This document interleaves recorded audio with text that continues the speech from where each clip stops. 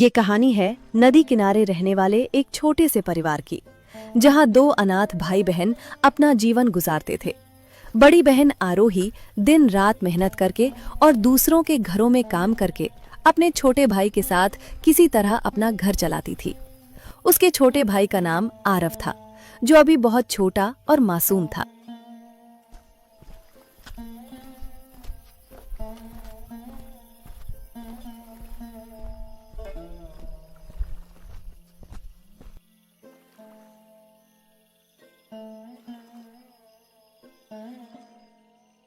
अरे आरव, तू यहाँ बाहर क्या कर रहा है?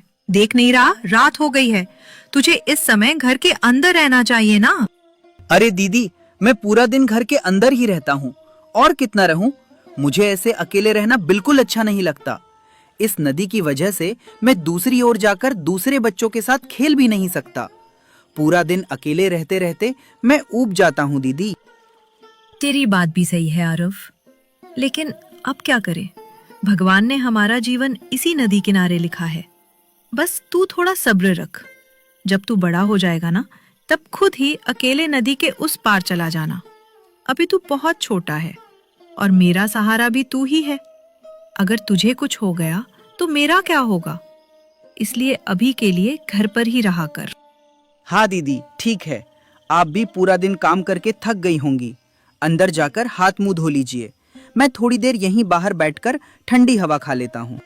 हाँ ठीक है आरव, तू थोड़ी देर यहीं बाहर बैठ, मैं हाथ मुंह धोकर आता हूँ।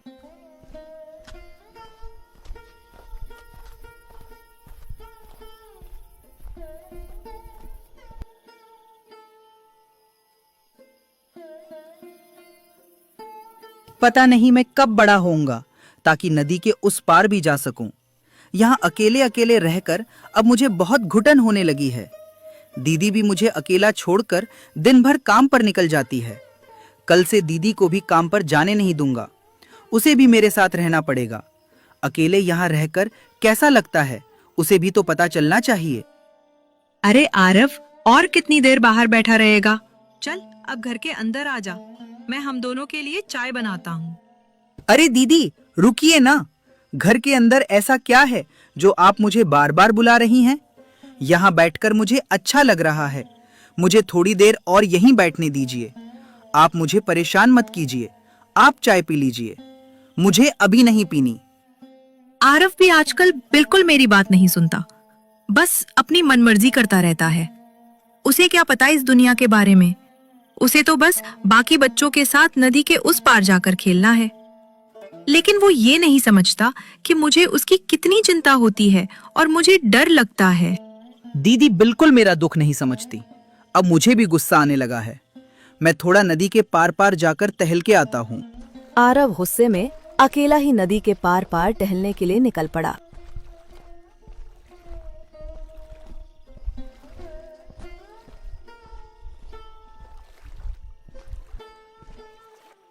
कुछ देर बाद आरोही आरव को बुलाने के लिए बाहर आती है, लेकिन बरामदे में उसे आरव कहीं दिखाई नहीं देता।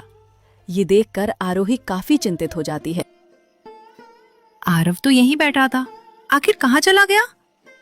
ये लड़का भी आजकल बिल्कुल अपनी दीदी की बात नहीं सुनता। मैं दिन भर काम करके थकी हुई घर आती हूँ, लेकिन इसे मेरी जरा भी चिंता नहीं होती। पता नहीं आरव कब अपने घर और अपनी दीदी की भावनाओं को समझेगा। ऐसे ही चिंतित होकर आरोही आरव को ढूंढते हुए नदी के पार पार आगे बढ़ने लगी।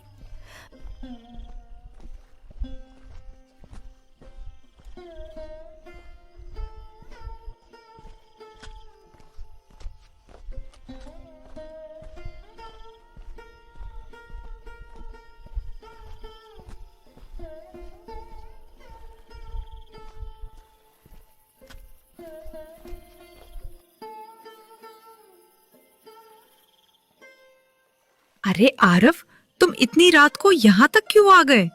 तुम्हें पता है मुझे तुम्हारी कितनी चिंता हो रही थी। तुम्हें तो अपनी दीदी की जरा भी परवाह नहीं है। अगर परवाह होती तो तुम काम से थकी हुई अपनी दीदी को इतना परेशान नहीं करते। अरे दीदी, मैंने आपको क्या परेशान कर दिया? परेशान तो मैं अपने जीवन से हूँ। ना कहीं खेलने जा पाता हूँ, ना किसी से खुलकर बात कर पाता हूँ। आप बस अपनी ही चिंता करती हैं, मेरे बारे में नहीं सोचती। मुझे दिन भर घर पर अकेला छोड़कर चली जाती हैं। अपने छोटे भाई की ऐसी बातें सुनकर आरोही बहुत दुखी हो जाती है, क्योंकि वो दिन रात सिर्फ अपने भाई के लिए ही मेहनत करती है। लेकिन आरव अभी छोटा है, इसलिए उसमें इतनी समझ नहीं है कि वो अपनी दीदी की भावनाओं और मेहनत को समझ सके। आरव, छोड़ो ना ये सब बातें, अब घर चलो, बहुत रात हो चुकी है। तुम्हें भूख भी लगी होगी। घर जाकर मैं खाना बनाऊंगी, फिर हम दोनों साथ बैठकर खाना खाएंगे। अब अपना गुस्सा भी शांत कर दो और अपनी दीदी के साथ घर चलो। अपनी दीदी की ऐसी बातें सुनने के बाद आरव ने कुछ भी नहीं कहा और चुपचाप वहां से अपने घर की ओर अकेला चल पड़ा।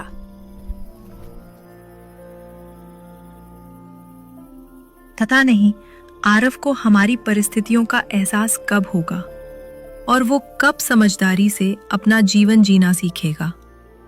अभी उसकी उम्र भी कम है, इसलिए उसका इन सब बातों में ज्यादा उलझना ठीक नहीं है। खैर, वो घर की ओर आगे बढ़ गया है। अब मैं भी उसके पीछे पीछे चलता हूँ।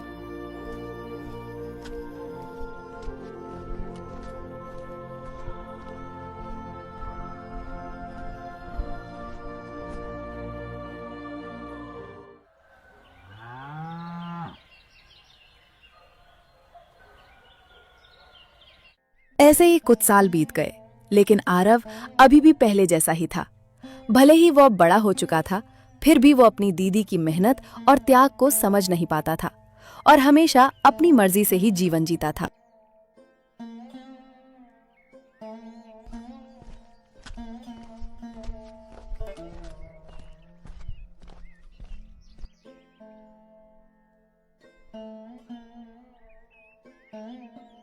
आरव, मैं काम पर जा रही हूँ, तू भी उठकर खाना खा लेना। मैंने रसोई में तेरे लिए खाना और चाय बनाकर रख दी है, बस समय से खा लेना। और हाँ, मुझे आने में देर भी हो सकती है, इसलिए अगर तू बाहर कहीं जाए तो शाम होने से पहले घर वापस आ जाना। अरे दीदी, अब मैं बड़ा हो गया हूँ, मुझे अच्छी तरह पता है कि कब और कहाँ रहना चाहिए। आप हर समय इतना क्यों डांटती रहती हैं? आप अपना काम कीजिए ना और मुझे मेरे तरीके से जीने दीजिए।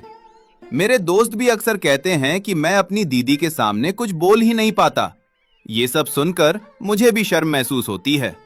अपने छोटे भाई के मुंह से ऐसी कड़वी बातें सुनकर आरोही अंदर ही अंदर पूरी तरह टूट जाती है, क्योंकि उसके लिए उसके भाई के अलावा इस दुनिया में कोई अपना नहीं था। ऐसे में अगर उसका अपना भाई ही उसके दर्द और भावनाओं को ना समझ पाए, तो उससे ज्यादा दुख की बात उसके लिए और क्या हो सकती थी। अब आप यहाँ मेरा मुंह क्या देख रही हैं?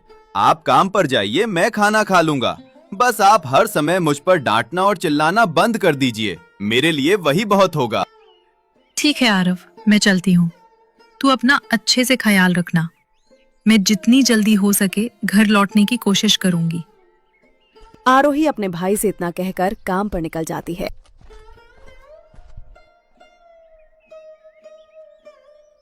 दीदी भी ना हर समय डांटती और समझाती रहती हैं। अब मैं बड़ा हो गया हूँ, मुझे अच्छी तरह पता है कि क्या करना चाहिए और क्या नहीं। हर बात पर यूं डांटते रहने से आखिर क्या होगा? जब मैं छोटा था तब भी मुझे घर पर अकेला छोड़कर काम पर चली जाती थीं। खैर छोड़ो, अभी उठकर चाय पी लेता हूँ।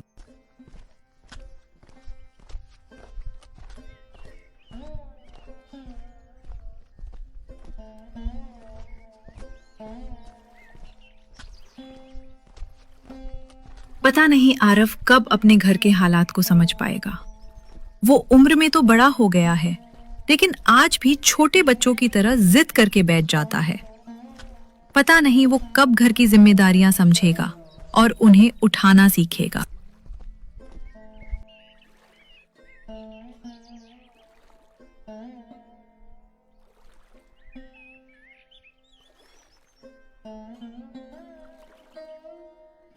यहाँ बैठकर भी अब अच्छा नहीं लगता। पता नहीं ऊपर वाले ने कैसा जीवन दिया है यार। इस नदी किनारे ही आधी जिंदगी गुजर गई। अगर गांव के बीचों बीच हमारा घर होता तो शायद जीवन कितना अच्छा होता। खैर, अब ये सब सोचकर भी क्या फायदा। थोड़ा गांव की तरफ घूमकर ही आ जाता हूँ।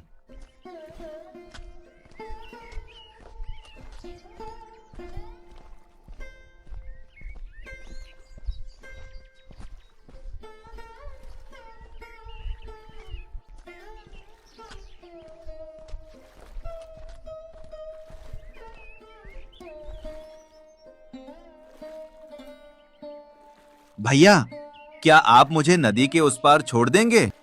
अरे भाई, मैं तो लोगों को नदी पार कराने के लिए ही यहाँ रुका हूँ। बस 20 रुपए लगेंगे, मैं तुम्हें सुरक्षित नदी के उस पार छोड़ दूंगा। नाव वाले की ये बात सुनकर आरव थोड़ा उदास हो जाता है, क्योंकि वो अपनी दीदी के सहारे ही अपना जीवन आगे बढ़ा रहा था। उसके पास इतने पैसे कहाँ होते, इसलिए वो धीरे स्वर में कहता है, भैया, वो दरअसल अभी मेरे पास बिल्कुल भी पैसे नहीं हैं। क्या मैं आपको बाद में पैसे दूं तो चलेगा? मैं आपको पक्का बाद में दे दूंगा। अभी कृपया मुझे नदी के उस पार छोड़ दीजिए ना। अरे भाई, तुम इतने जवान लड़के हो, कोई काम धंधा नहीं करते क्या, जो तुम्हारे पास 20 रुपए भी नहीं है?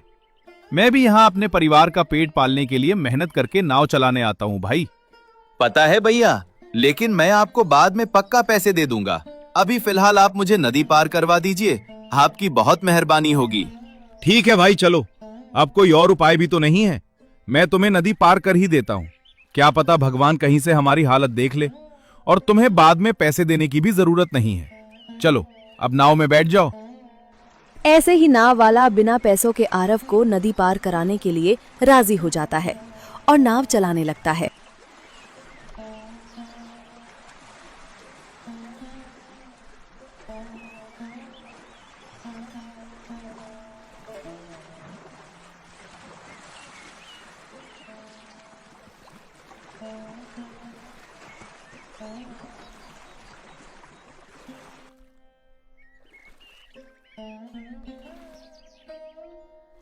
लो भाई, मैंने अपनी बात निभा दी और तुझे सही सलामत नदी के इस पार पहुंचा दिया। लेकिन सुन, दुनिया ऐसे नहीं चलती। आज मैंने इंसानियत के नाते बिना पैसों के तेरी मदद कर दी, मगर हर कोई इतना रहमदिल नहीं होता। आजकल बिना पैसों के लोग इंसान को इंसान तक नहीं समझते, ऊपर से मजाक अलग उड़ाते हैं। और सच कहूं तो पेट पालने के लिए इंसान को कुछ ना कुछ काम तो करना ही पड़ता है। मेहनत छोटी हो या बड़ी, लेकिन अपने पैरों पर खड़ा होना बहुत जरूरी है। खैर, अब तू अपने रास्ते जा और मैं भी यहीं रुककर किसी सवारी का इंतजार करता हूं। ठीक है भैया, मुझे यहाँ तक छोड़ने के लिए आपका बहुत बहुत धन्यवाद। भगवान जरूर आपका भला करेंगे। अब मैं चलता हूँ। आरव नाव वाले से ऐसा कहकर वहां से चला जाता है।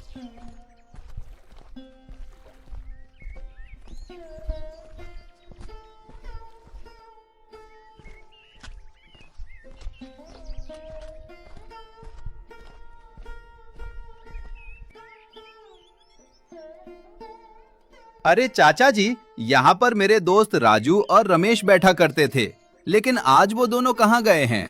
अरे बेटे, वो दोनों तो अपने काम पर गए हैं। वैसे बेटा, क्या तुम आरोही बेटी के छोटे भाई आरव हो? हाँ चाचा जी, मैं आरोही का ही छोटा भाई हूँ। वैसे आप मेरी दीदी को कैसे जानते हैं? अरे बेटे, तेरी दीदी को भला यहाँ कौन नहीं जानता। बेचारी ने बहुत कम उम्र से ही अपनी और तेरी जिम्मेदारियां खुद उठाई हैं। और बेटा, उसने तेरे लिए न जाने कितनी खुशियों और इच्छाओं का त्याग किया है। वो बस तुझे एक अच्छा इंसान बनते हुए देखना चाहती है। तेरे लिए ही तो उसने आज तक शादी भी नहीं की। उसके जैसी लड़की आजकल कहाँ मिलती है बेटे, इसलिए तू हमेशा अपनी दीदी को खुश रखा कर। वैसे बेटा, अभी तुम क्या काम करते हो? थोड़ी देर पहले नाव वाले की बातें और अब गांव के चाचा की बातें सुनकर आरव को धीरे धीरे अपनी दीदी की मेहनत और त्याग का एहसास होने लगता है। अब उसे समझ आने लगता है कि उसकी दीदी ने अपना पूरा जीवन सिर्फ उसकी खुशियों के नाम कर दिया है।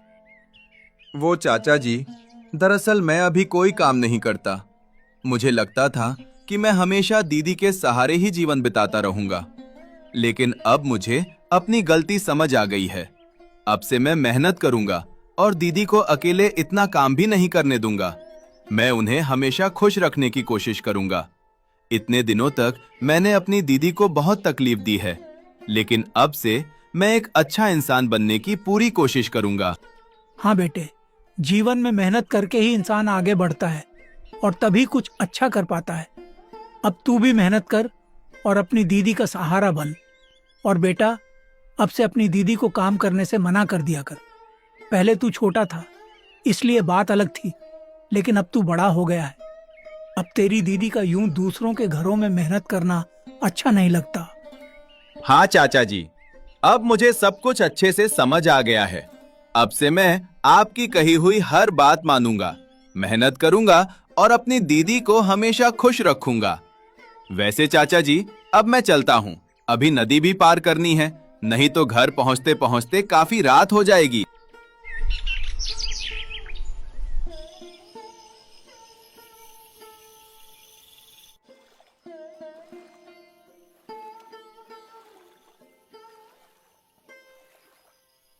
पता नहीं आरव कहाँ चला गया है। मैंने उसे कहा भी था कि अगर कहीं जाओ तो शाम होने से पहले घर वापस आ जाना। उम्र में तो बड़ा हो गया है, लेकिन अकल से अभी भी बच्चा ही है। उसे अपनी दीदी की चिंता का जरा भी एहसास नहीं होता।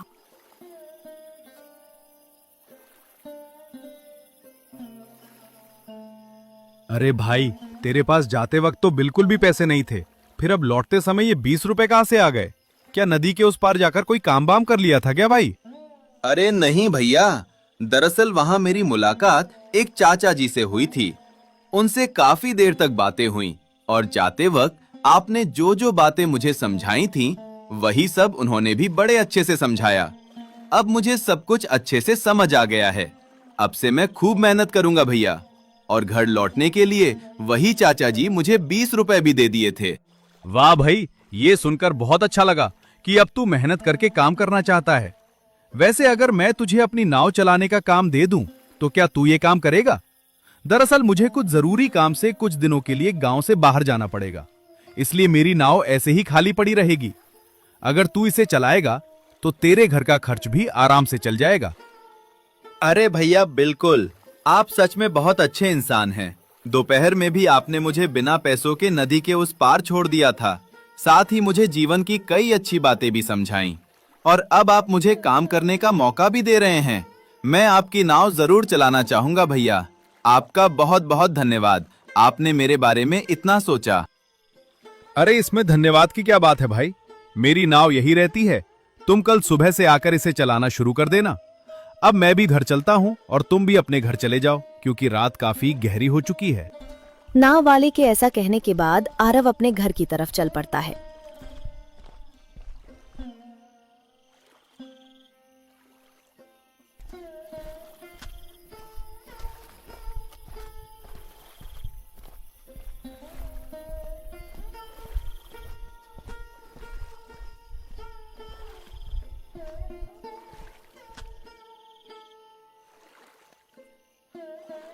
अरे दीदी, आप यहाँ बाहर क्या कर रही हैं?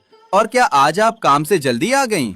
वैसे मुझे आपसे थोड़ी जरूरी बात भी करनी है, लेकिन यहाँ बाहर खड़े होकर बात करने से अच्छा होगा कि हम घर के अंदर जाकर आराम से बैठकर बातें करें। बात तो कर लेंगे, लेकिन तू इतनी देर तक कहाँ था? तुझे पता है मुझे कितनी चिंता हो रही थी। मैंने तुझे कहा था ना कि अगर कहीं जाओ भी तो शाम होने से पहले घर आ जाना, लेकिन तू तो कभी मेरी बात सुनता ही नहीं। तुझे मेरी जरा भी चिंता नहीं है। तू आज तक अपनी दीदी को समझ ही नहीं पाया। अपनी दीदी की ऐसी बातें सुनकर आरव को बहुत बुरा लगता है, क्योंकि आरोही की कही हुई हर बात बिल्कुल सही थी। वो हमेशा अपनी दीदी को परेशान करता रहता था, लेकिन अब उसे अपनी जिम्मेदारियों का एहसास हो चुका था। दीदी, आप मुझे माफ कर दीजिए। आपने बिल्कुल सही कहा। मैंने बचपन से लेकर आज तक आपको बहुत परेशान किया है, लेकिन अब मुझे अपनी गलतियों का एहसास हो गया है और अपनी जिम्मेदारियों की भी समझ आ गई है। अब से मैं खूब मेहनत करूंगा, एक अच्छा इंसान बनने की कोशिश करूंगा और आपको कहीं भी काम पर जाने की जरूरत नहीं पड़ेगी। अब इस घर की सारी जिम्मेदारी मैं संभालूंगा। आप बस घर पर आराम से रहिए।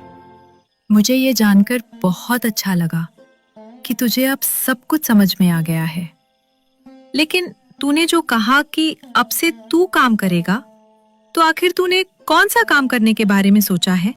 अपनी दीदी के ऐसा पूछने के बाद आरव आज पूरे दिन में हुई सारी बातें उन्हें विस्तार से बताने लगता है। ये तो बहुत अच्छी बात है आरफ। मुझे आज बहुत खुशी हो रही है कि अब तू अपने पैरों पर खड़े होने के लिए तैयार है।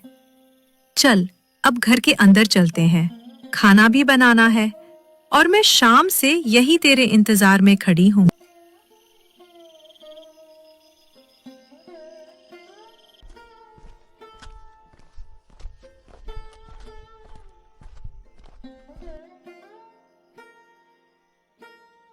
आरफ, तुम अभी थोड़ा चाय पी लो, मैं खाना बना रही हूँ, इसलिए थोड़ा समय लगेगा। सोचा तब तक तुम्हें एक कप चाय ही दे दूँ। हाँ दीदी ठीक है, आप आराम से खाना बनाइए, कोई जल्दबाजी नहीं है। तब तक मैं चाय पी लेता हूँ।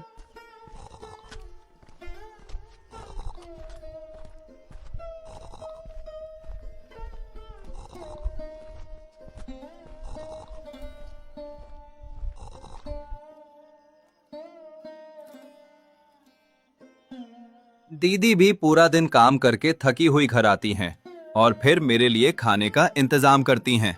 अब मुझे उनकी तकलीफ और मेहनत समझ में आने लगी है, इसलिए अब से मैं ही घर का खर्च उठाऊंगा और दीदी घर संभालेंगी। उन्होंने मेरे लिए बहुत त्याग किया है, अब मेरी बारी है उनके जीवन में खुशियां लाने की। अरे आरफ, खाना बन गया है, तू रसोई में आ जा, दोनों साथ बैठकर खाना खा लेते हैं। हाँ दीदी रुकिए, मैं अभी आता हूँ।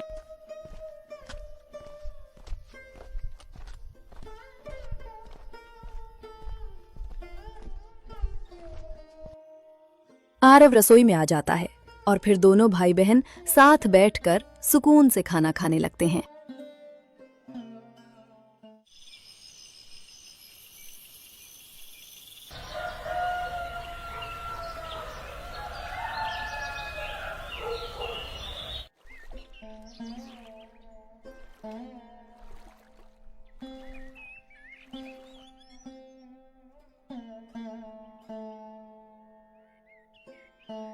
आरव, आज तू पहली बार काम करने के लिए घर से बाहर जा रहा है। मुझे आज खुशी भी हो रही है और थोड़ी चिंता भी, क्योंकि मैंने तुझे बहुत प्यार से बड़ा किया है और मैं तुझे एक अच्छा इंसान बनते हुए देखना चाहता हूँ।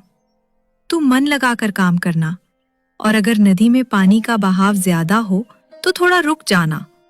नाव भी हमेशा धीरे धीरे और संभल कर चलाना। हाँ दीदी ठीक है, आप इतनी चिंता मत कीजिए, मैं अपना पूरा ख्याल रखूंगा और नाव भी धीरे धीरे चलाऊंगा। आप बस अपना ध्यान रखिए। अब से आपका काम सिर्फ घर संभालना है, बाकी बाहर की सारी जिम्मेदारी मैं निभाऊंगा। अच्छा अब मैं निकलता हूँ।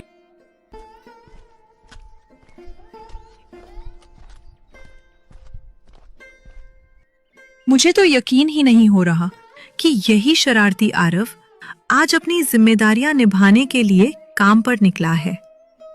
जो लड़का पहले अपनी दीदी की बात भी नहीं सुनता था, आज वही अपनी दीदी की जिम्मेदारी उठाने के लिए घर से बाहर निकला है।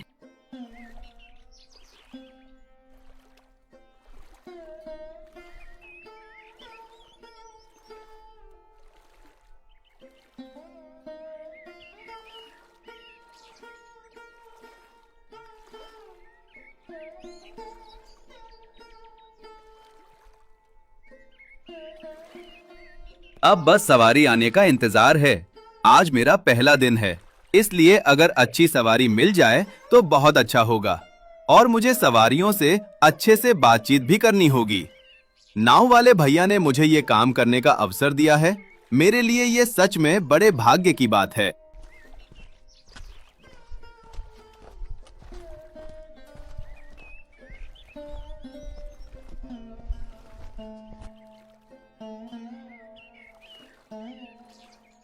अरे भाई, क्या तुम यहाँ नए हो? पहले तो यहाँ राजेश भैया नाव चलाया करते थे। हाँ भैया, आज से यहाँ मैं ही नाव चलाऊंगा। राजेश भैया गांव के बाहर गए हुए हैं। क्या आपको नदी के उस पार जाना है?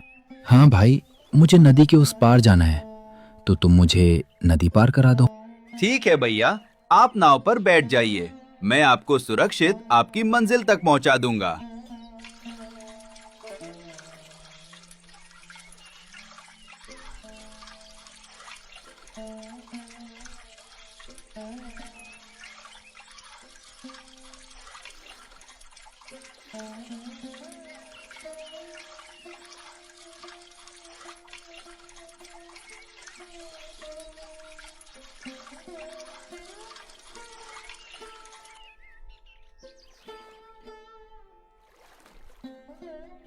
लो भैया, मैंने आपको आपकी मंजिल तक सुरक्षित पहुंचा दिया।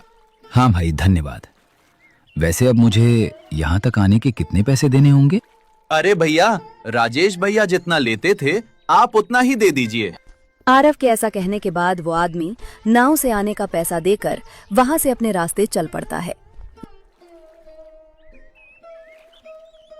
पहले दिन की पहली सवारी को तो मैंने सही सलामत उनकी मंजिल तक पहुंचा दिया। अब और सवारियों के आने का इंतजार करना होगा। ऐसे ही आरव सवारी आने का इंतजार करने लगा, लेकिन काफी समय तक कोई भी सवारी नहीं आई। ऐसे ही कुछ समय इंतजार करने के बाद वहां एक सेठ अपने सेवक के साथ आ जाता है।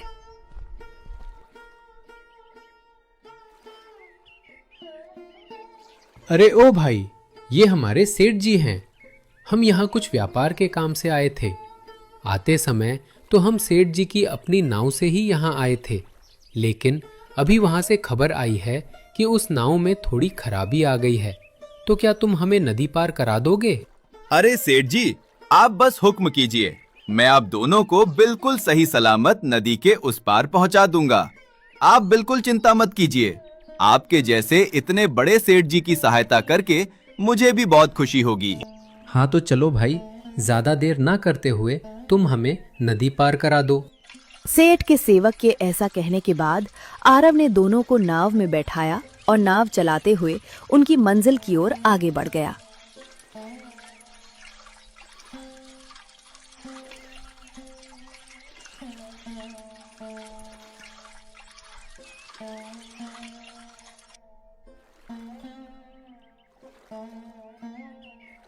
शुक्रिया भाई, हमें यहाँ तक सुरक्षित पहुँचाने के लिए। तुम मुझे बहुत अच्छे लगे। तुम्हारा अंदाज, तुम्हारी बातें और तुम्हारा व्यवहार सब दिल को छू गया। तुमने हमें सही सलामत नदी पार करा दिया, इसके लिए तुम्हारा दिल से धन्यवाद। अब इस एहसान के बदले तुम जो चाहो मुझसे मांग सकते हो। मैं तुम्हारी एक इच्छा जरूर पूरी करूंगा, चाहे वो कैसी भी क्यों ना हो।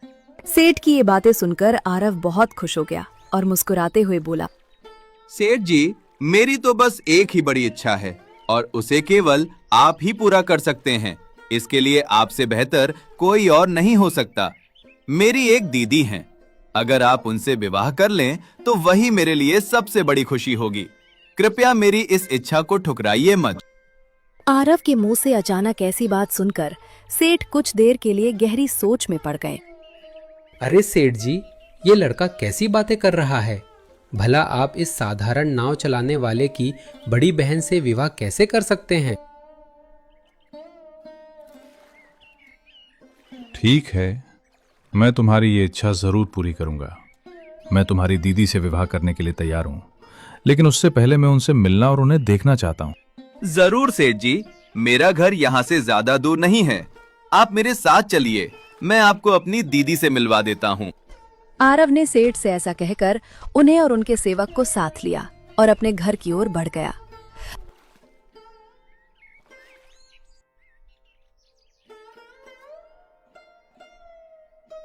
सेठ जी, ये मेरी दीदी है।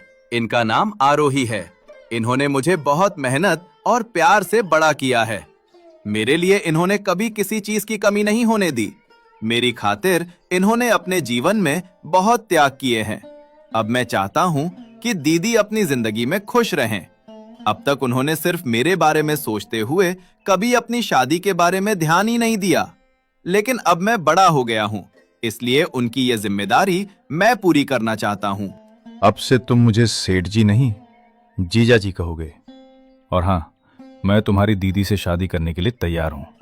मुझे अब यकीन हो गया है कि भगवान ने तुम्हारी दीदी को शायद मेरे लिए ही बनाया है, क्योंकि आज के समय में इतनी अच्छी, मेहनती और साफ दिल वाली लड़की मिलना बहुत मुश्किल होता है। अब से तुम्हारी दीदी के साथ साथ तुम्हारी सारी जिम्मेदारी भी मेरी है। इसी तरह आरोही के जीवन में खुशियों की रोशनी आ जाती है। एक तरफ उसका भाई उसे समझने लगा, तो दूसरी तरफ भगवान ने उसके जीवन में ऐसा जीवन साथी भेज दिया जो दोनों का सहारा बन गया। इसी के साथ ये कहानी सुखद अंत तक पहुंचती है।